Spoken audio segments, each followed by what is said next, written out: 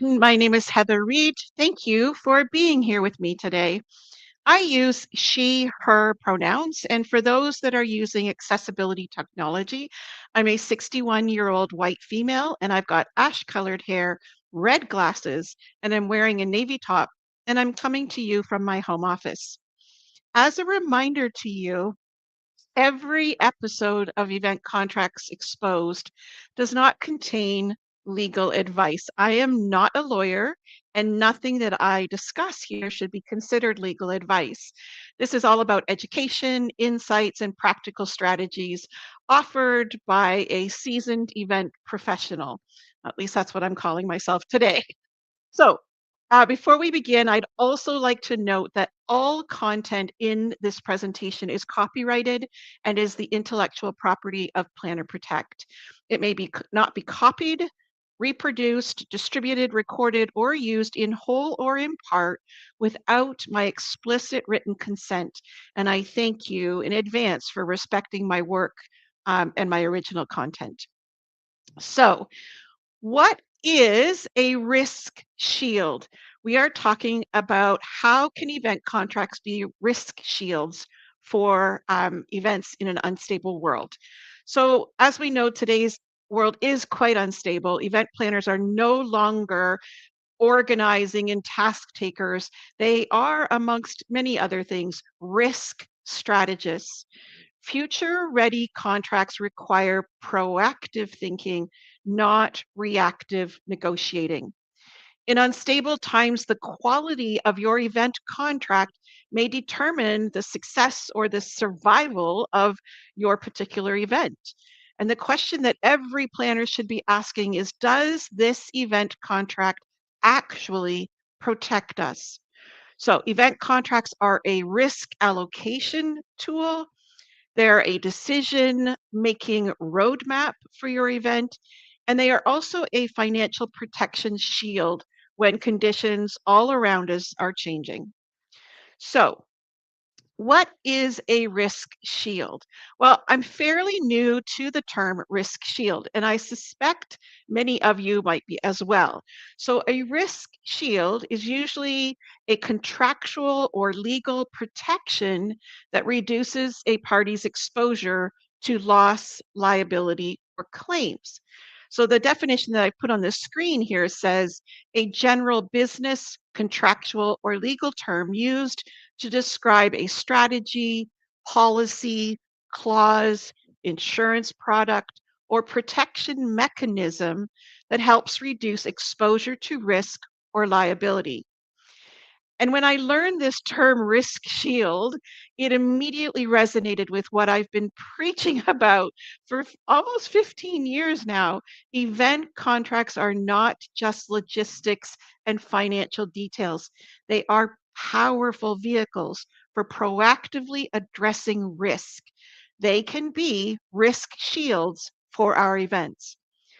When I started as a planner back in the dark ages of the mid 1990s, like last century, risk management was largely focused on issues like property theft, corporate espionage. I actually had an exhibitor sneak into another exhibitor's booth, medical emergencies, and evacuation procedures.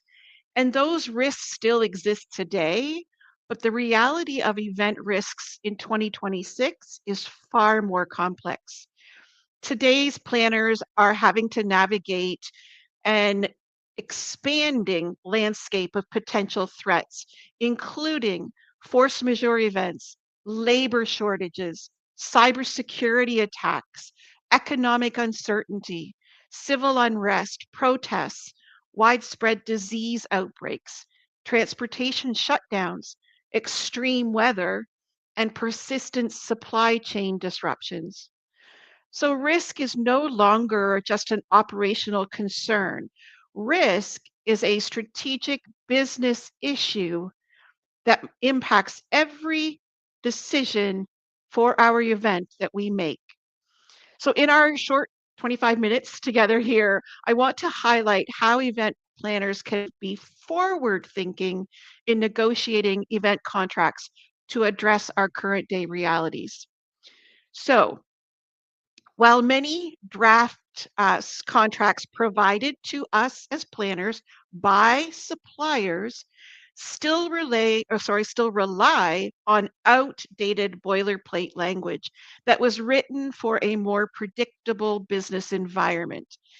And the common risk shields then that we might expect to see in a supplier's draft contract could include things like limitation of liability clauses. So that means restricting the supplier's financial exposure. It could include indemnification provisions, which is transferring responsibilities for losses to the event organizer. Boilerplate language might have insurance requirements, which is providing financial protection against claims against the supplier. There might be language about caps on financial damages, which is setting a maximum payout limit for the supplier. There could be language for exclusions for indirect and or consequential losses, and that's the supplier avoiding liability for secondary damages. And then quite often there is something that addresses force majeure, which is protecting the supplier against uncontrollable events. Now, if you were really listening to my explanation, what we see in boilerplate like contract templates is one-sided language. You may have astutely heard one-sided nature of the use of common risk shields in boilerplate templated contracts. Contracts in our industry are primarily drafted and issued by the suppliers, and the suppliers have engaged legal counsel to create contract language that protects their own interests financially, logistically, even reputationally, and just as they should. Draft contracts in our industry are not balanced in risk shields for both supplier and the event. Rarely do draft event contracts protect the event's interests financially, logistically, or reputationally. The ability to balance event contracts in order to assess, mitigate, manage risk is not just a nice to have or an administrative task. To me, it is one of the defining core competencies of professional event planners. And yes, that is absolutely a hill I'm willing to die on. Contracts are a core competency. All right, so where risks may exist, a balanced contract allocates risk protections to one party or the other or is shared. A balanced contract identifies foreseeable disruptions before they happen and clearly assigns responsibilities. Strong protective contracts create operational clarity during a crisis, and they really kind of help reduce the emotional decision making and potential conflict. Now, the goal is not to eliminate risk entirely, which is probably impossible, but to reduce the financial exposure, to reduce operational chaos, and to reduce reputational damages. So, event planners must shift from reactive problem solvers to being proactive risk negotiators. So, I want to just touch on a few of the ways that we can create balanced contracts when it comes to risk shields. So, force majeure. I know everyone might be tired of hearing about force majeure, but in reality, it is more important than ever to understand this highly legal concept and to more importantly, understand when and how this concept is applicable and when and how it is not applicable. The legal eagles in our industry, such as Joshua Grimes, Tyra Warner, and Jonathan Howe, to name a few, are urging us planners to have challenging and frank conversations with our suppliers about the new realities that need to be considered in force majeure language. Force majeure clauses for today's events and forward looking need to move beyond the historical examples. We need to be thinking from an event perspective about disease, epidemic, and pandemics. Government regulations, advisories, recommendations, mandates, laws, statutes, and orders. And I actually extracted that directly from um, the lawyer Joshua Grimes, that wording, because it covers all of the possibilities. It's not just left up to government regulation. So I'm not aware of how all of these are different, but we need to be aware that there are different categories of government decisions that can impact our event. So credit to Josh for providing us planners with those options. You also want to look at travel bans, international, not having access to come into a country, but also corporate travel bans if you're working for a corporation. What does that look like? And outline what that is as a real risk for the event. Supply chain failures or labor disruptions, climate emergencies. And Josh also brought this one forward that I hadn't thought about. Law enforcement advises safety of the event cannot be assured with reasonable security measures.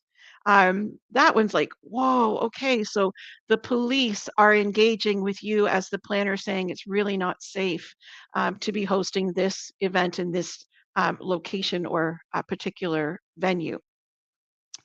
All right. So, in this unstable and ever changing world, we're planning events in. Planners need to understand that there actually are four legally defendable positions for force majeure.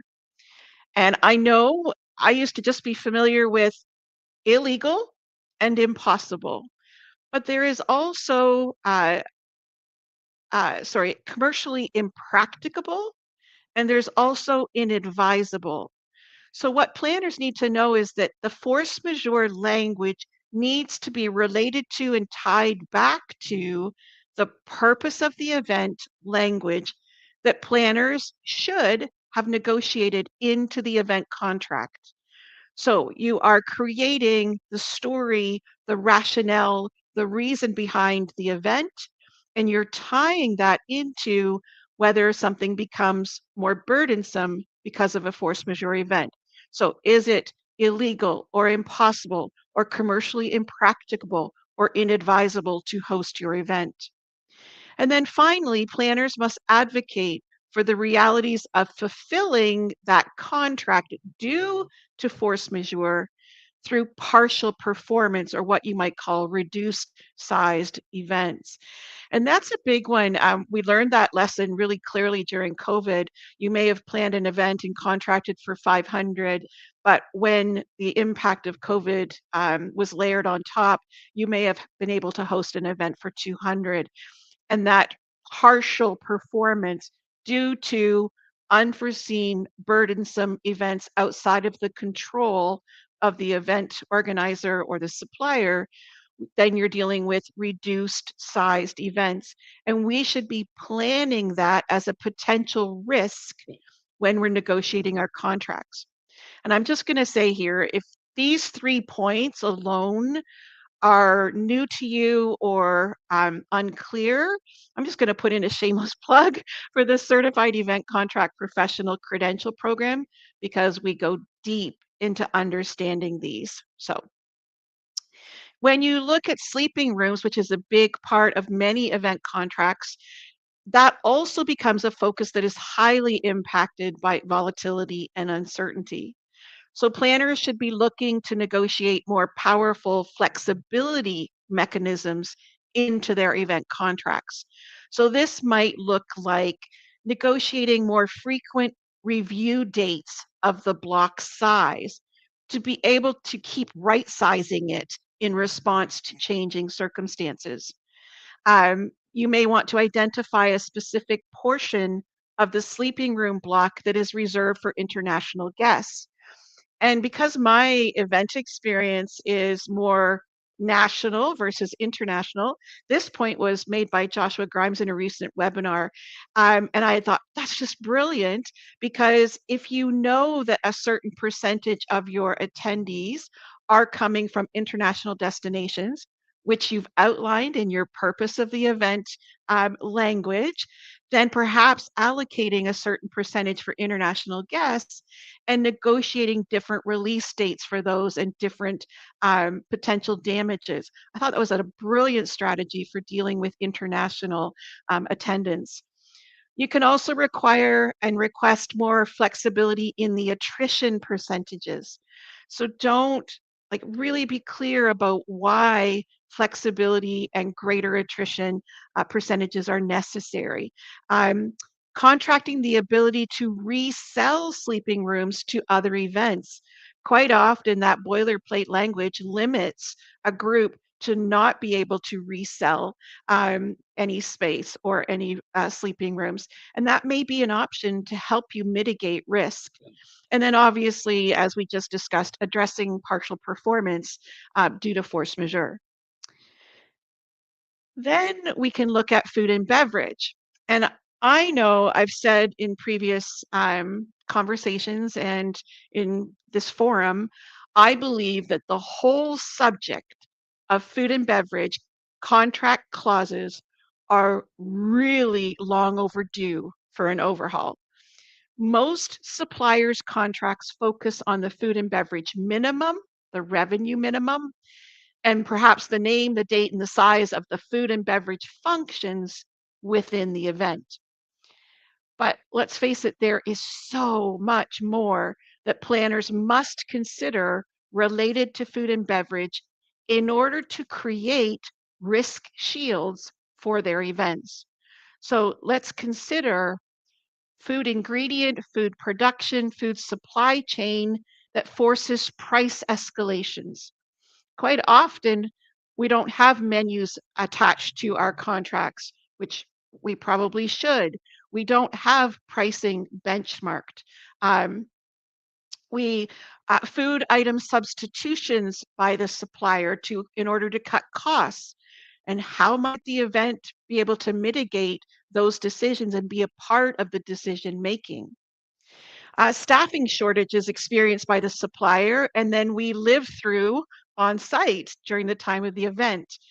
And I will say that I rarely see a contract that even addresses the supplier's commitment to staffing the event. How many staff? What roles will they be in? What training do they have? How does the supplier right size the staffing complement according to event size changes? So then there's also service level reductions by the supplier.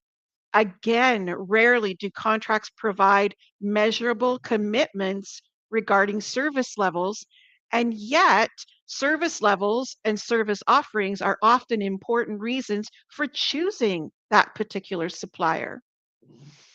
There's also tariffs, which I'm a Canadian, so it's not as much a part of my daily life. But if the supplier's costs are increased or impacted by tariffs, who is absorbing the cost of these? What if the tariff is reversed? Who is being refunded? And that is a topic for other experts. All of the like that is just not my area of expertise at all, but we need to consider them because they are a real reality at this point. Also, thinking about dietary and allergen compliance, being sued for food related incidents is a very real risk for events. And again, suppliers' contracts rarely address these considerations. And this is particularly important when food and beverage services and products are provided on an exclusive basis by the supplier.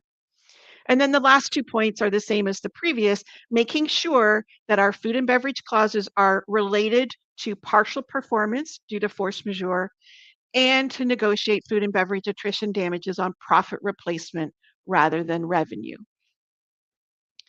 All right, I'm going to take a sip and I'm going to breathe. All right.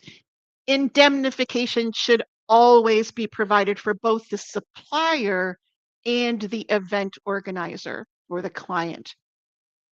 In fairness, many suppliers' contracts now have indemnification of each party to the other.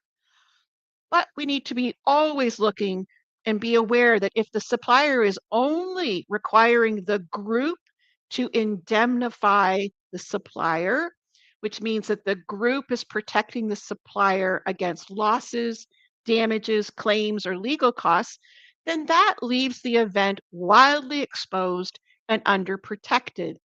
So in the contract, then the planner needs to negotiate that both the supplier and the event should be held responsible and protect the other party. The indemnification language should absolutely mention that both the supplier and the event should be held responsible for their own negligence. Make sure that that is from both perspectives. We both have opportunities of oversights, mistakes, things that are not intended to cause harm, but are in fact negligent. We want to protect ourselves from those potential risks. If the event contract includes the providing of liquor products, liquor liability should be carefully discussed and language should be negotiated into the contract. And in almost all circumstances, language about the responsibilities and the execution of emergency procedures by the supplier should be negotiated into the contract. And I will say that 99.9% of supplier drafted draft contracts are silent on the issue of emergency and emergency procedures. And we're going to look at insurance. And insurance, it's often a requirement in suppliers' contracts, but it actually is one of the most important risk shields that are available to event organizers because insurance helps transfer financial exposure away from the organization, the client, when unexpected incidents occur. So, event organizers can purchase a variety of insurance policies depending on the type, size, location, and risk profile of the event. And I've listed a few here: commercial general liability insurance, event cancellation insurance, cyber insurance, liquor liability, as we just mentioned, weather insurance, volunteer accident insurance, property insurance, and there's lots more. But be aware that it goes just beyond commercial general liability insurances, which what we're usually required to show proof of. There are other options to protect the event and the event organizer. And then I'm going to wrap it up with a couple of random thoughts. Time is slipping by, I know. We could spend the whole day together on this topic. I wanted to just throw in some random ones. So, first, refuse, if at all possible, to pay 100% of the master invoice before the event. It is a more frequently seen practice and request by the suppliers to pay everything up front. And there may be some rationale, but it truly is a potential risk that the event organizer is taking on if there is non performance or there is underperformance by the supplier. So if the event has paid everything up front, being able to mitigate those risks of underperformance or non performance by the supplier is damn near impossible. There's no incentive for the supplier.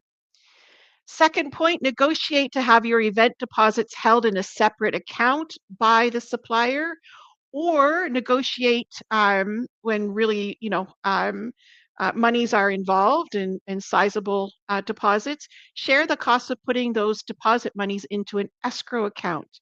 The real reality of bankruptcy, foreclosure, sale, there's lots of things that may impact the integrity of your money being held by the supplier.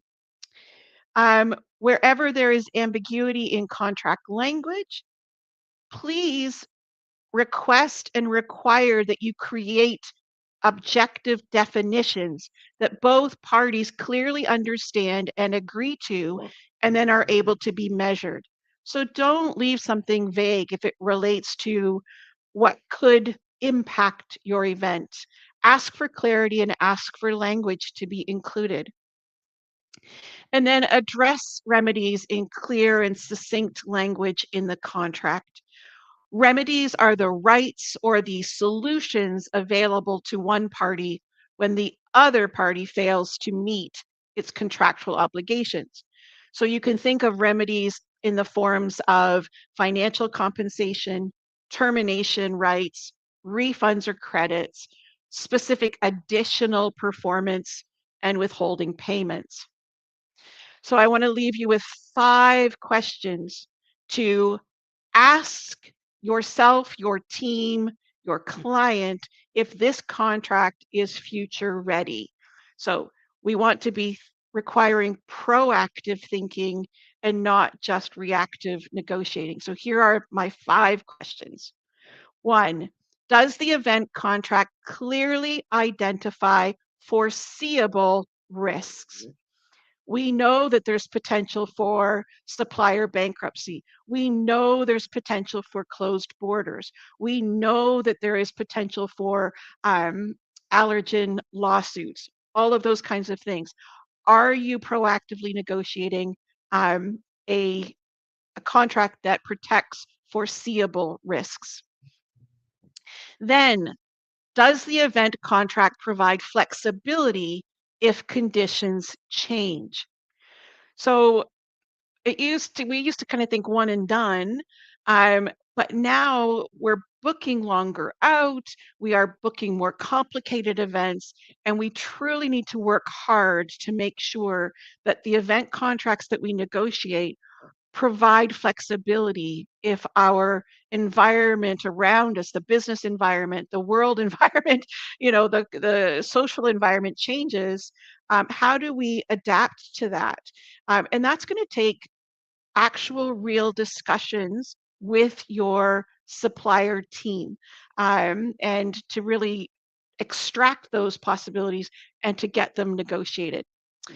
The third question is, are the operational and the financial expectations of both the supplier and the event clearly defined and measurable in this event contract? So, have you made sure that terms are clearly written out, deadlines are clearly established, remedies are clearly discussed, all of those kinds of things where you are, both sides are making commitments to the other? Are they clearly articulated in the event contract? Question number 4, does the event contract fairly allocate responsibility between parties? As I said originally, if we just simply accept a supplier drafted contract, then we are accepting the protections for the supplier. We're not getting protections for our event. And so we want to make sure that the language that we end up with, it allocates responsibilities for both parties. The supplier gets what they need, the event gets what they need. And then finally, question number 5, if a crisis occurs tomorrow, would this event contract help solve problems, or perhaps would it create more of them? And that is such a huge topic. I'm just going to leave it right there. So I'm going to wrap up the content of this today in the same way that I started it. I want to say, in unstable times, the quality of your negotiated event contract may determine the success or the survival of your event.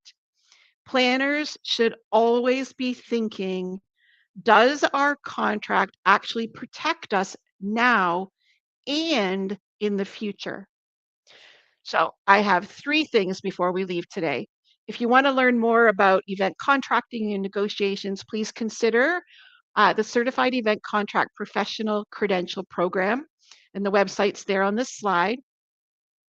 Second, I encourage you to register today for next month's Event Contracts Exposed episode on June 17th called Show Me the Money Negotiating Financial Terms in Event Contracts. And then I always want you to remember a well negotiated event contract isn't just a document, it's your power, it's your protection, and it's your peace of mind. Bye for now, folks.